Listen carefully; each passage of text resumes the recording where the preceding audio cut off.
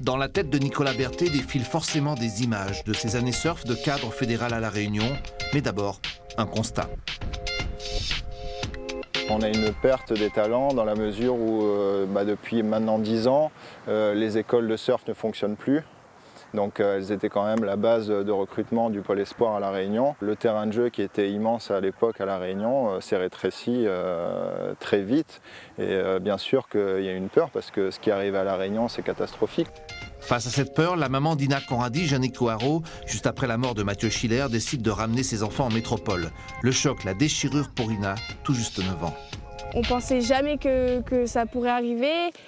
Et c'est vrai que moi, j'en reste quand même très choquée. Je suis toujours pas retournée à La Réunion et devoir quitter notre famille, les amis, une vie qu'on avait où on était très bien. Et de changer radicalement de vie, arriver dans un endroit où il y a des saisons, où il fait froid, où on va devoir surfer en combi.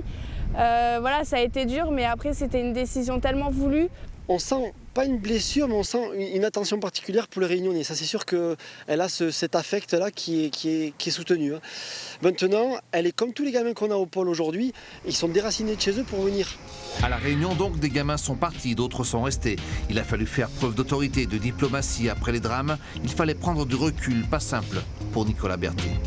Moi, en tant que cadre technique, j'ai eu beaucoup de difficultés avec les jeunes à leur faire entendre raison, parce que c'est vrai que c'est une activité où on prend beaucoup de plaisir, un sentiment de liberté, et c'est vrai qu'on a été privé de cette liberté.